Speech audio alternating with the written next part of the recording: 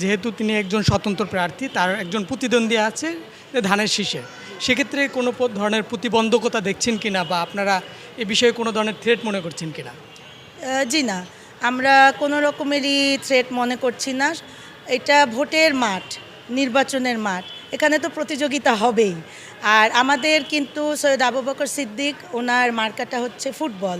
তো তার মানে আপনি বুঝতে পারছেন যে খেলার মাঠে ফুটবলে গোলের ব্যাপার থাকে, প্রতিযোগী থাকে। তো আমরা এটাকে তো অবশ্যই পজিটিভলি নিচ্ছি। প্রতিযোগী ছাড়া তো খালি মাঠে গোল দিয়ে লাভ নেই।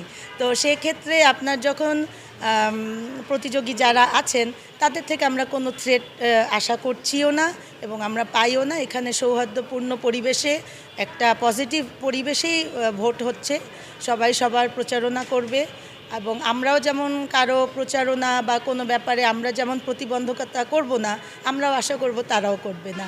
তো এটা একটা খেলার মাঠ এবং আমি মনে করি এখানে সবাই পজিটিভলি থাকবে এবং সবাইকে সহযোগিতাই করবে। জি, অনেক অনেক ধন্যবাদ থ্যাংক আপনাকে। ইউ, আপনাকে ওকে। অনেক